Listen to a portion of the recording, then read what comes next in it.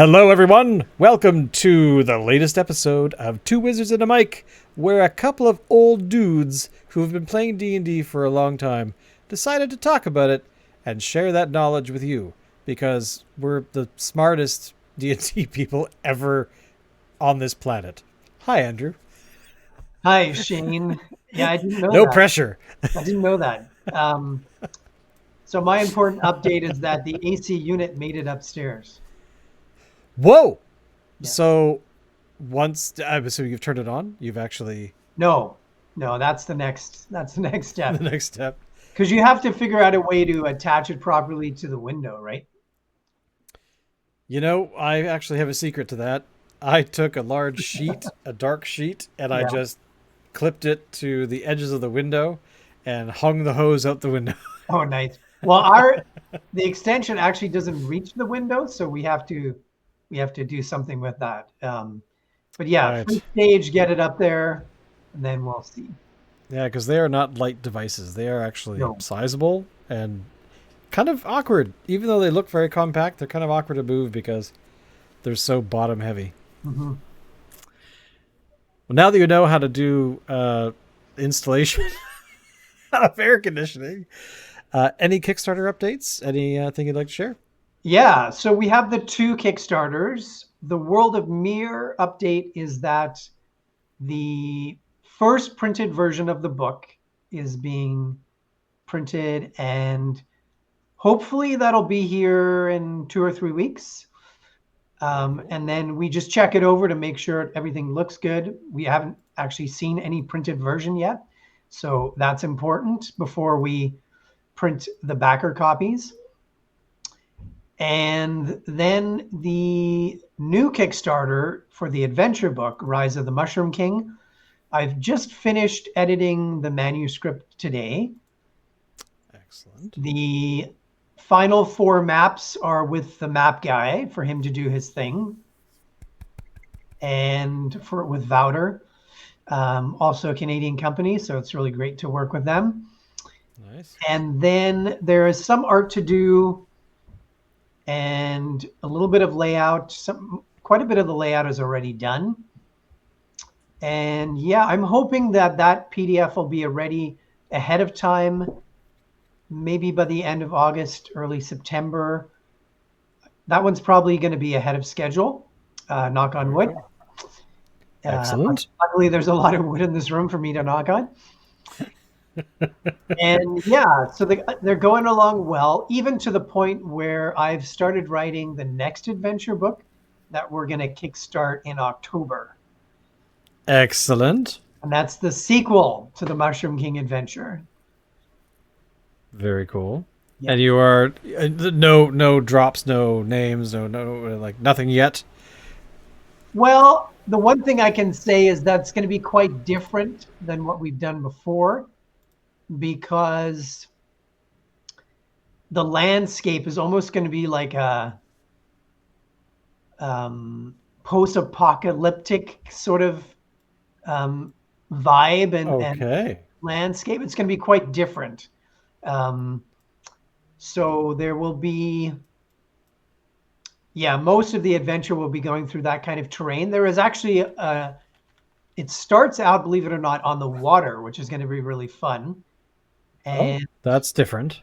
yeah, and there's also going to be a castle will be at the center of that story.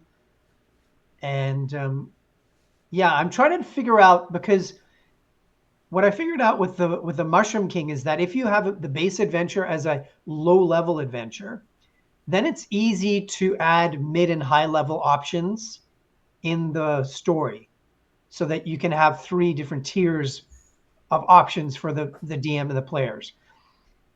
But this adventure, since it's the sequel to the Mushroom King, I'm trying to think, maybe it's better to make that the base level adventure higher, because many people will have played the Mushroom King first at low level, and you could choose to play that at medium or high.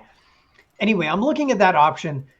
The reason I'm not gonna jump at that right away is that making it at low level is really simple and smooth. So I Right. might just stick with that. And then we could keep that consistent through all the books. And then, everybody would kind of know the structure of how it's set up. I think that's what I probably will do is that keep that structure. Even though people might, many people might do the sequel after doing the Mushroom King at low level, do that one at medium level, mid level. Right. So anyway, I'm looking at that. I think I'm going to keep that new structure that we've set up and then keep that consistent. I think that's the better option. Well, I mean, that's the way to go. I mean, and also, I mean, just from a content creation side of it, just kind of a nerdy thing is like if you've got a structure that's established, I mean, hell, you could start cranking things out a lot better, or a lot, Yeah. not a lot better, a lot faster. Well, that's it. We think, Travis and I, especially because he's doing the layout, we think after we do this first adventure that it will be much easier to do the layouts for the future ones. Right. Um, so, I mean, yeah, like I said, I've already started writing that one. I've already plotted out the two adventures after that one. So I know basically what I'm doing for the next 2 years. Well done. Well done. So, Hey, it's uh, well, as far as I'm concerned, people want them. They want these. They want new stuff because, as you and I have complained about before, uh, Wizards of the Coast, which in theory should be creating brand new content constantly, uh, since 5 came out. I mean, most of what I sort of see is like, I played this before. yeah, Like, yeah, oh, this was actually published in 1984, and what? They just renamed it? Oh, come on. yeah. But anyway, enough complaining about Wizards of the Coast, because we do it all the time. But this week, we're going to be talking about the most underrated cantrips in D&D, and you have provided a nice list. Let's get into it because, people need to know. People need to know what knowledge we have lurking in our brains. Sure. So I have nine, yeah, nine cantrips that I think are kind of underrated. We didn't include things like Firebolt, which is a really good attack spell, does pretty good damage, especially for first level, second level. Yeah. Um, and I didn't include things like Spare the Dying because obviously that's a super useful cantrip. You can stabilize a fallen person. We didn't include like Light, which is a really, really important cantrip to have. But we've done some others that are not as popular. Right. Some that I think are completely ignored. So I'll just give you my spiel, and then maybe you might have something All to say right. as well. So Acid Splash, going by alphabetical order. This is a conjuration cantrip. So this is usually going to be a wizard or a sorcerer.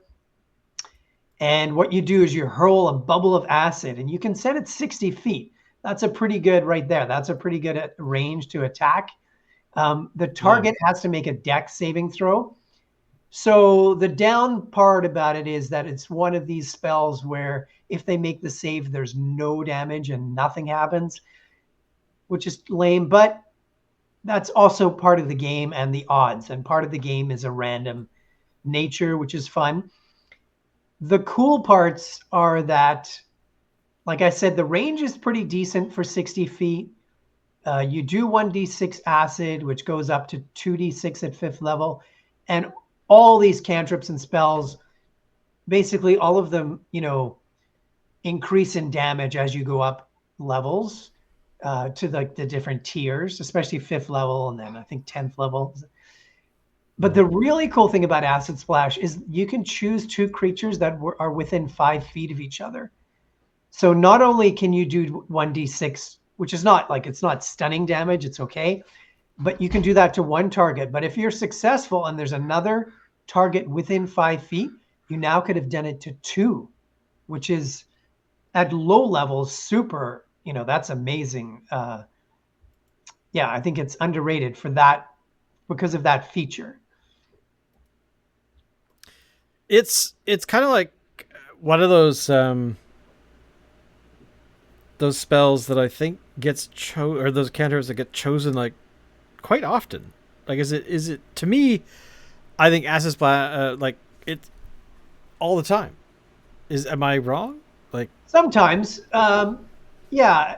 In our group, I wouldn't say a lot, but sometimes. Um, and I've definitely been looking at all the spells because I've created like hundreds of NPCs and monsters. And this one I haven't really used that much. The other cool thing is that not too many things are immune or resistant to acid, right? right, Poison, a number of things are immune to poison, especially like undead and things like that. But acid and fire sometimes, there and cold.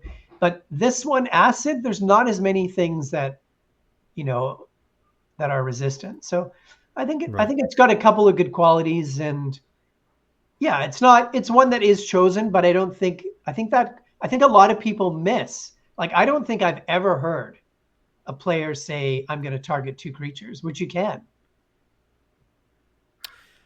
It's kind of like people get used to how the some of the spells work. Where, for example, it's like a firebolt would be the best example because it's always been I'm going to shoot that thing with this thing and then I'm going Yeah, to do yeah. it again. But with spells that have potential for like having a because I mean the thing in my mind is that we forget that some spells have straight, some are actually cones, some are cubes, like all these kinds of things. The area of effect, Mhm. and like you can do a lot of damage with burning hands, for example, Yeah, yeah, yeah, which in for sort of sure. my mind, acid splash is kind of the same in how it can be dispersed and stuff like that. So Right. Yeah, so that's one. The next one on the list I have is Blade Ward. So this is an abjuration cantrip. So again, wizards and sorcerers.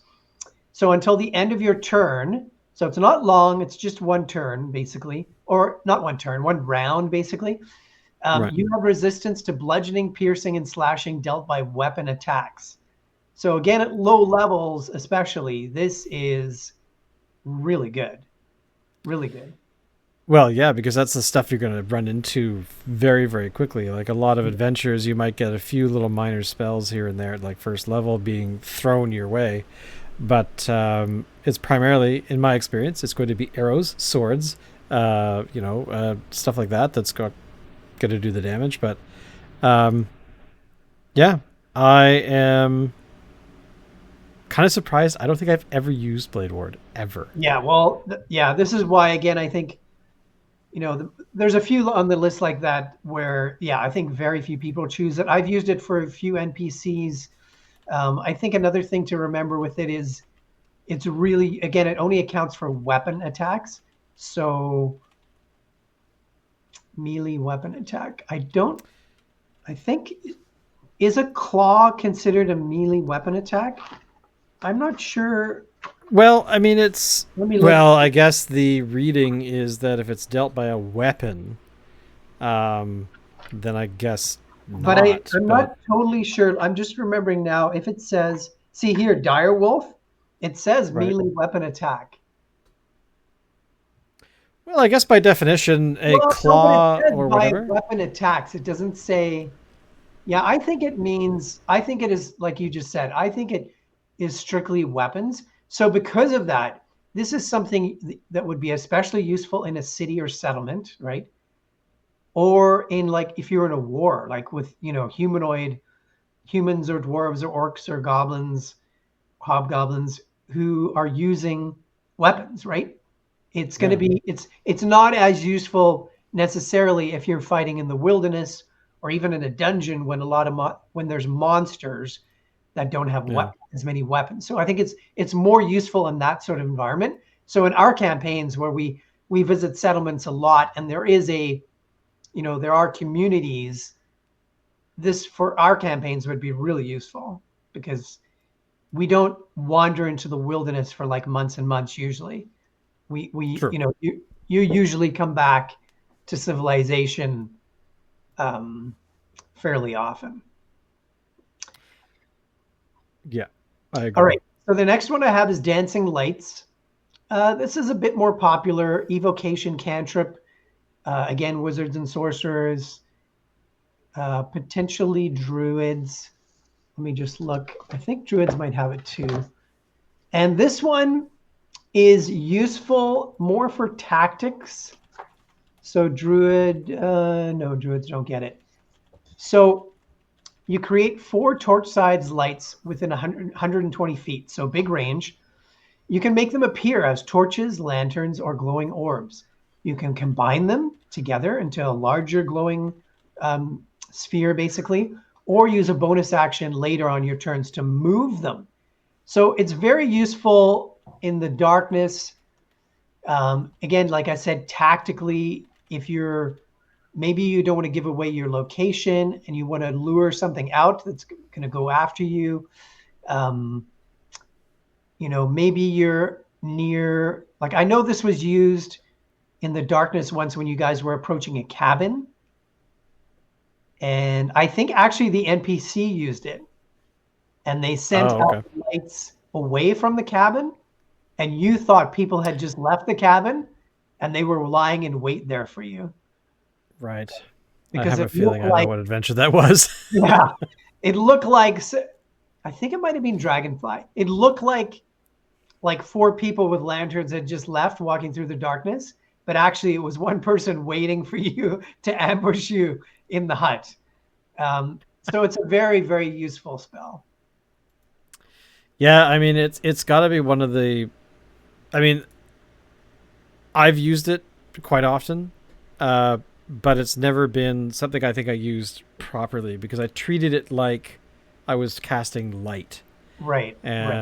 And I think this one actually has weight because the bonus action where you can actually move them, um, but you can move. I guess you can move all 4, up to Yeah, 4. Yeah, so that actually would be incredibly powerful, and you together could though. actually mess with people.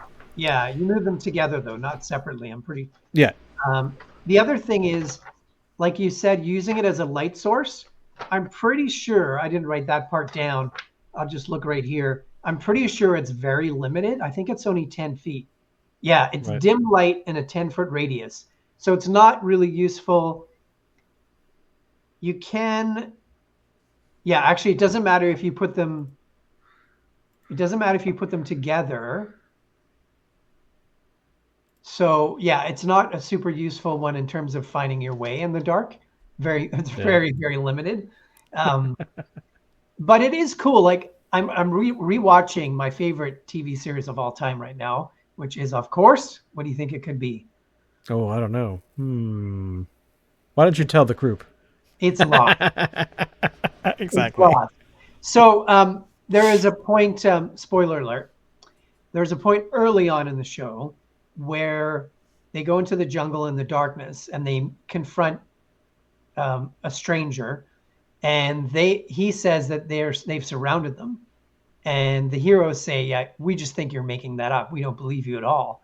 And then the guy goes, "Light him up," and all of a sudden, like 20 torches light up around them in a circle in the darkness in the jungle, and the heroes are like, "Yeah, okay," and he's like, "I'd like you to hand over all your weapons," and they just hand over They all their just do weapons, it. and then he's like, "I would like you to leave and never come back," and they leave.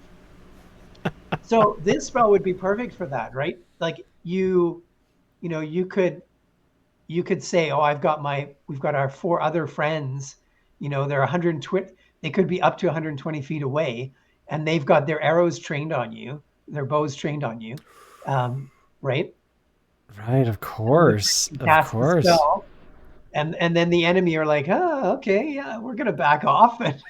Does it specify in the cantrip spell like does it, or the cantrip spell like in the cantrip like if is it a something I'd like to have the light look like a certain thing like a um, burning torch or like yeah, it a I can don't know be torches, blue orb or lanterns, or glowing orbs.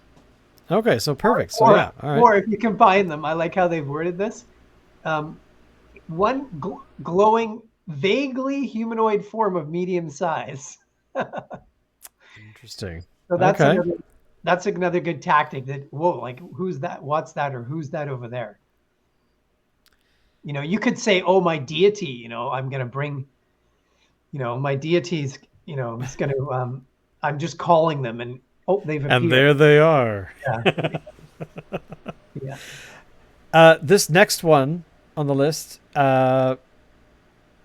I've never again this is another one like Blade Ward I don't think I've ever Right. done this at I all. think I what I've noticed sometimes with fifth edition is that people, usually generally take the same spells. Like Firebolt is super popular, and people like a lot of the attack stuff and the things that sound cool.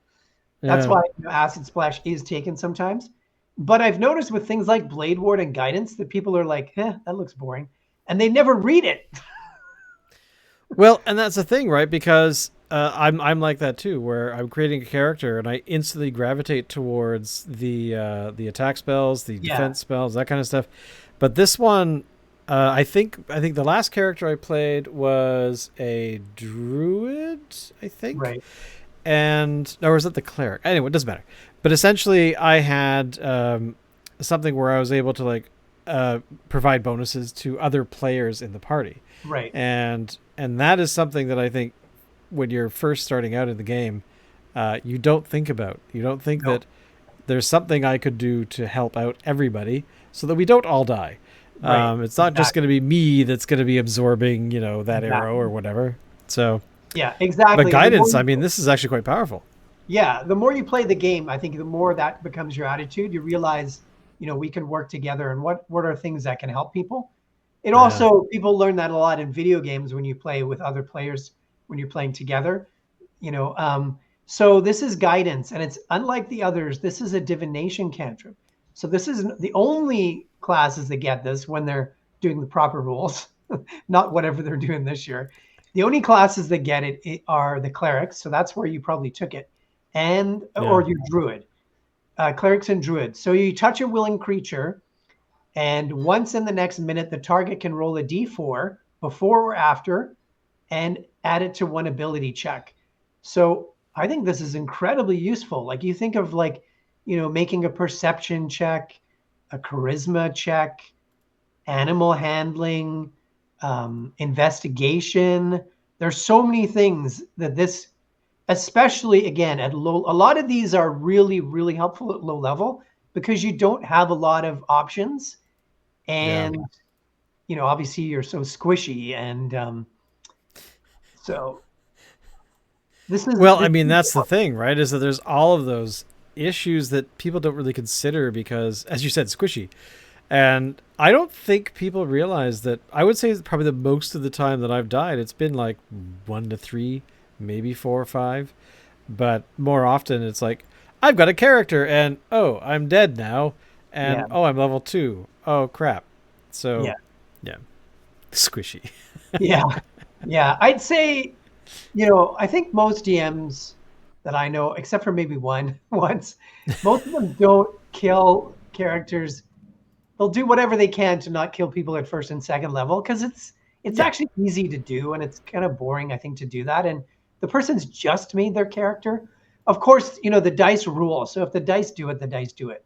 But I think I've yeah, seen most people, I'd say third to fifth, I think is the real dangerous squishy part where you start to have some good abilities. You've got decent hit points, but the creatures have got tougher too. So yeah. I'd say that's a really, tough part in fifth level. All right. The next one is message. Another one I think is overlooked. Transmutation cantrip. So wizards and sorcerers, you point your finger towards a target up to 120 feet away. You whisper a message. So somebody might not Yep. see that you're doing this. The target hears your message, only them, and then they can respond in a whisper that only you can hear. So you saying it, somebody might pick up something, but the rest of the relationship, the rest of that dynamic, the communication is totally secret. Um, Well, and which is it? I've used this before, and I think that the times I've used it, the characters were, I think, well, actually, the player that I used it with was very surprised. They're like, what are you doing?" And it's right, like, "Weird. You can hear me in your head, and you can right, right, respond right. to me." And I was able to get some information across about what the plan was in theory for that situation. Um, but again, it's one of those ones where you are still players don't tend to choose it. I don't think Yeah. anyway. Um, there are some limits. You can go through. many solid objects, but there are some limits. Um, and there's magic that can block it too. But one of the cool things is it doesn't have to follow a straight line. As long as you know the person is Okay. there, you can talk to them. So that's a really good thing for one of my favorite things in the game, which is sort of lost, is scouting ahead, reconnaissance, right? Recon. Yes. You can Yep. send somebody ahead and you can be communicating with them, and nobody where they are will know what's going on, that they're communicating back to you. And you Yeah. can do it without seeing them. And 120 feet, that's a pretty good feet distance, especially indoors. I mean, there's not too many times indoors you're going to be 120 feet away from your party member. Yeah. If you are, you might not see that party member again. Well, especially like if you say, for example, in the adventure you are captured and you're put into a cell or something, and you know that the individual is right next to you, like that. That's kind of when I see that this cantrip being used most Right. often. Um, I mean, I guess there's been a few times where it's like the players are spread out because there's a large fight going on, and suddenly one character says something to someone else and or to another one, and but that's a lot more rare, I think. So, but it is if there's something going on that they need to know, I mean, it's kind of a good idea. Yeah, I think it's very useful. Anything that you can use to communicate, underrated. I realize there's 11, not 9, because I had a third page here. Oh, So moving along to the next one is poison spray, conjuration. Again, wizards and sorcerers. Um, 10 feet range, which is not the greatest range. It's okay. And you basically project a puff of noxious gas from your palm. Um, I think you blow it, if I remember correctly, you blow it like off your palm at them, which is cool.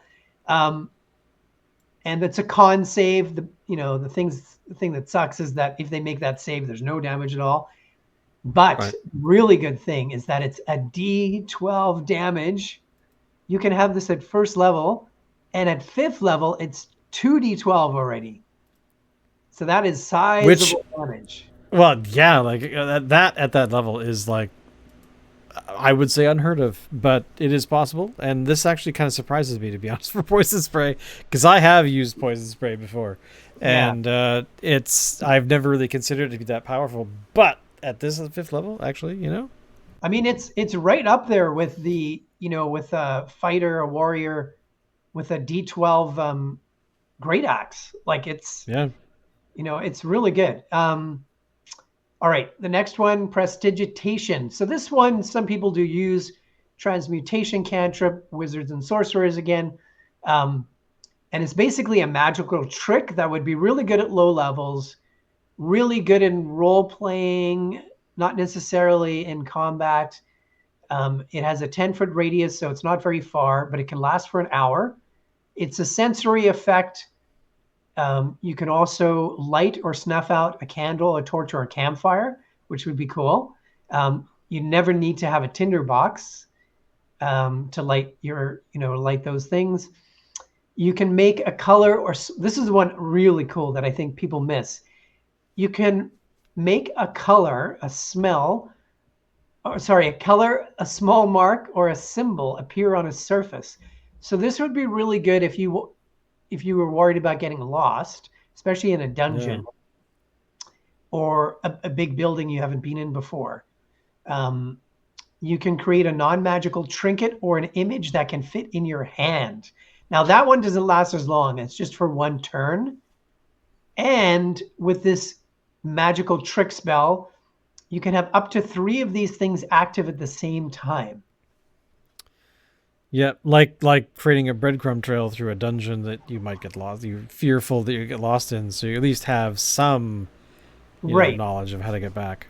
right. You could even use you could be cool to have be indoors, and you could use that candle thing 3 times. So you could be like, phew, phew, phew, right? You could have, one turn, you put on one candle, then you do another one next turn, another one, and next, and people are like, what's going on? Like if you're dealing with people who aren't used to magic, Yeah, um, true, true. or you could have like the campfire flare up and then disappear and then flare up again. Um, That actually, that I would love to do that. Actually, I'm gonna take note of that. Write that down. yeah, you could have 3 of these markers like active, right? Still active for an hour where you're trying to, make your way. So yeah, I like it. It's really good opportunity for role playing, and you have some magical like creature appear in your hand. It even could be like it could be you. There's no. It doesn't say it could be you. It could be like the king. Like I'm reminded of the holograms that the Empire and the Rebels use in Star Oh, Wars, of course. Right. right? Right. Basically, that's the same thing, right? Except I they am can, here speaking to you from afar. Hee hee hee. right. Except it can't make a noise. That one couldn't make a noise. But you could have them appear, like for most people in the kingdom, having the king appear in the palm of your hand, that'd be a big That would deal. actually be kind of terrifying. Yeah. Guess what I've done? Ha ha ha ha ha. Yeah. Yeah. No, help me.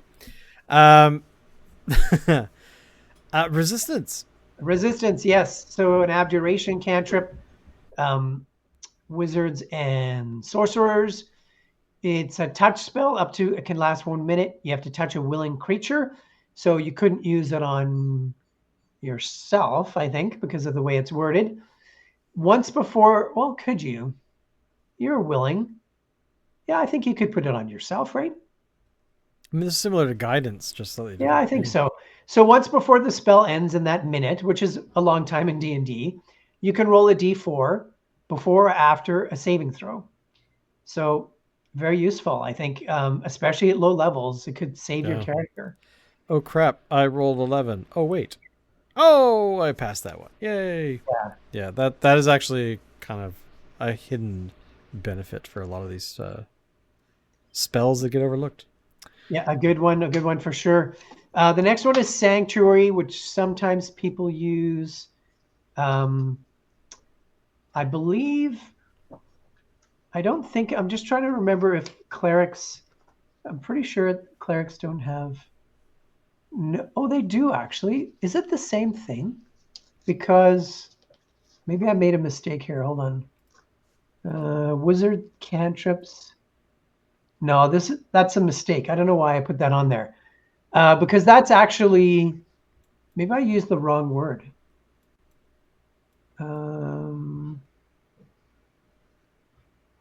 Yeah, no, I think that's just a mistake because when I looked at it again now, I'm like, Sanctuary is a cleric spell. Yeah, so that's a Okay. cleric spell. Yeah, that's not a cantrip. So there's only 10. That's my mistake. All right. One that is a cantrip is Thaumaturgy, which is a transmutation cantrip, wizards and sorcerers, up to 30 feet for 1 minute. You can manifest a minor wonder. So this is similar to prestidigitation, or a sign of a supernatural power. A voice can boom up to 3 times as loud. You can cause flames to flicker, brighten, dim, or change color. You can cause harmless tremors in the earth. Right. You can have an instantaneous sound. You can cause an unlocked door or window to fly open suddenly and slam shut. Yep. And you can Actually, alter we've. the appearance of your eyes. I think I seem to recall somebody actually used this in not long ago, like late last year, where we were playing, and I think it was the appearance of the eyes thing. I think that was the one that was used. I've Yeah, forgotten yeah. I'm why pretty though. sure Jay, who really took care to read the spells, I'm sure that she used this. Actually, a few of these she's used really well because she will read, all the spells over and over and over and over. Um, yeah, I think very useful. Again, more at low levels, but not only level, and great. It's even tactically good, right? You could have a voice shout out in the battle. Um, even these effects could scare, like we talked about. Most of the monsters don't know what they're doing, and they're kind of weaklings until you get stronger. So you could scare them off with, like, you could be like, I'm going to start an earthquake, or Um, the flames changing color, like the next thing I'm gonna do is gonna turn you into frogs. Like if goblins heard that, they'd run for the hills, right? Even like most town guards, right? They would be like, see ya, I'm gone. I don't get paid enough for this. Exactly. I got an arrow in the knee and now I'm gonna go and collect my pension. I've had it. I was once a pensioner like you. Yeah. Um, True The door, if you strike. do a door like flying open and slamming shut or the window, you Oh. could say my invisible, one of us is invisible and now, they're going to come and help us. And then you could have the door open and close and say your invisible companion has just arrived. Ah, Barry, thanks for coming, man. Now we gotta have a discussion with this individual, and no, put the sword back, Barry. Put the sword back. It's okay. We're okay. No. We're not casting fireball in here. Jeez, man. I Okay, think settle down, Barry. you get arrested by the city guard and put in a jail. And then you're like, if you don't let me go, I'm going to start an earthquake that's going to level the city. And you start these tremors, Ooh. right? Like there's so many great things with the prestidigitation, easy to say, and spell, and thaumaturgy. There's so many good things you can do, I think, right? Like, Well, exactly. So why do people ignore these spells? I don't know. Well, actually, not ignore, but not I think everybody. that it Not comes everybody. back to that, like you were saying about Jay. Like Jay knows the stuff Yeah. really, really, really, really well. Yeah. But when she's playing, it's not about the spell, which for a lot of us, it's not. It's about the dice. It's about the weapon in your hand. It's about Right. the Right. spell, and they don't necessarily really kind of accept the fact that or not accept. I think we forget that sometimes we're role playing in a way where it's like it's not just about attacking the creature or defending against an attack. Yeah. You are going to be in a world that you're involved with, and you need to, or you don't need, but players benefit a lot more from being able to say, I've got this thing, it does these things in this situation that actually could fit, and I can do something interesting. And like, Jay being like, hey, my invisible friend is here now. They're Yeah. really upset with you. I don't think you want to mess with them. So you could literally get out of situations with spells like this. So Oh, it's so good. The other great thing she did was because she read it carefully, she also noted the components. So the ones that you don't need to buy, that don't have a price on them, right, the other ones you're just assumed to have if you have the component pouch, which you can buy. And she would almost always mention the components and have some kind of manner in which she used them. And she noted they often mention like how you gesture with your hands or your fingers or your arms. So she would yeah. add all that into her role play, which just added so much more, right? And not everybody needs to do this, but it's one way to role play, which I think is great. Exactly. Actually, that is the biggest point. There is there's no one way to do these things, No, and no. yeah. So All I right. think we should talk about True Strike because I Yeah. have never heard. I don't think I've heard of this one before. I don't think I've ever So read yeah, this. number 10, and another divination one. So clerics, and do druids have it too? I don't know. I think just clerics, true strike, divination. I don't think wizards. Let me just check really quick. True strike. Oh no, sorcerers have it. Wizards must have it. Yeah, wizards have it too. Huh. But it's Wow. divination. That's interesting. Um, so usually I think about this. Let's just make sure clerics even have it. I was pretty sure they did. Because again, the divination tag, which I think is correct. So clerics, no, they do not have it. It must be incorrect. Or maybe there's a mistake in the book. True strike divination. Yeah, that must be a mistake. Oh, True strike. Oh no, it's not though, because it grants you insight. Interesting. okay. Huh. Interesting. I wonder. Yeah, that's an interesting choice. So, anyway, the cool thing is that it's 30 feet, the range, up to one round. So, everybody has had a turn as part of that. You gain a brief insight into the target's defenses. On your next turn, you gain advantage on attack roll against the target. So, as a wizard and sorcerer, this is super useful because they could be up to 30 feet away, the target.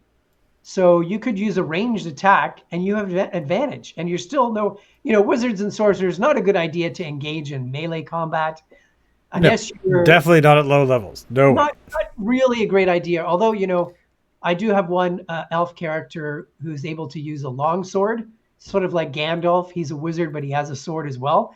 But in general, you want to have your spellcasters further back, especially wizards and sorcerers. And this is a great thing to have because you could have advantage. Magic missile. Yeah. Well, magic missile hits automatically, but if you did like firebolt or ray of frost or,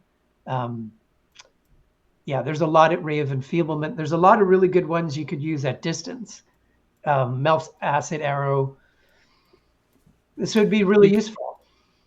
Yeah, because I mean these sorts of spells that get overlooked. I mean, to me, yeah, actually, this is actually, I will choose this one, and I would like to have prestidigitation.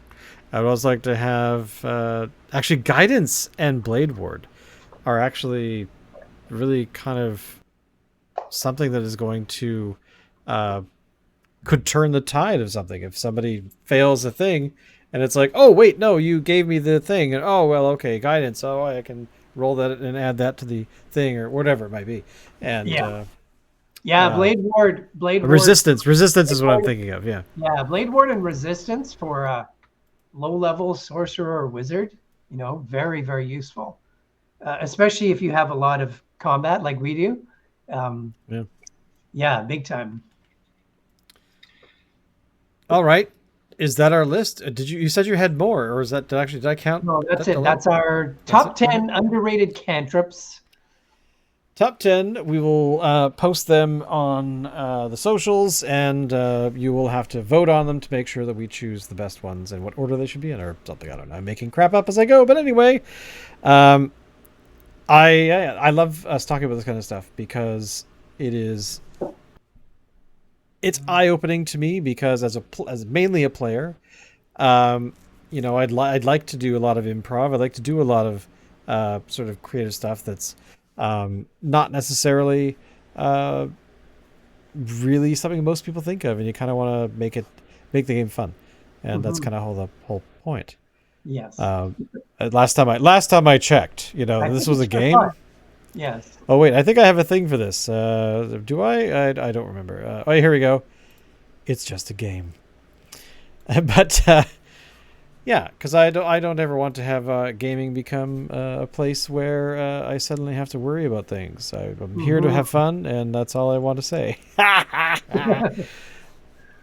But any final words? Final words below. You can still pre-order the 2 Kickstarters, The World of Mir, our campaign setting, and the Rise of the Mushroom King Adventure. Both of those you can still pre-order. And the world setting should be out for the public in September. And the adventure, hopefully October. That one is ahead of schedule. Very, very nice. Very, very nice. I'm jealous. Jealous that I have not written my own books when I really should do some because, I've done it before. I can do it again. All right. Enough about me. Thank you, everybody, for... where's the camera? Thank you, everyone, for watching and or listening. We, of course, post the audio of this onto the fanciness that is the podcast world. And the same thing for YouTube. And I certainly hope that you enjoy what we do. Do let us know if we are hitting the mark, or if we're missing it. Just keep that to yourself. And again, thank you, Andrew. And I will see you next time. Later. Bye, everybody.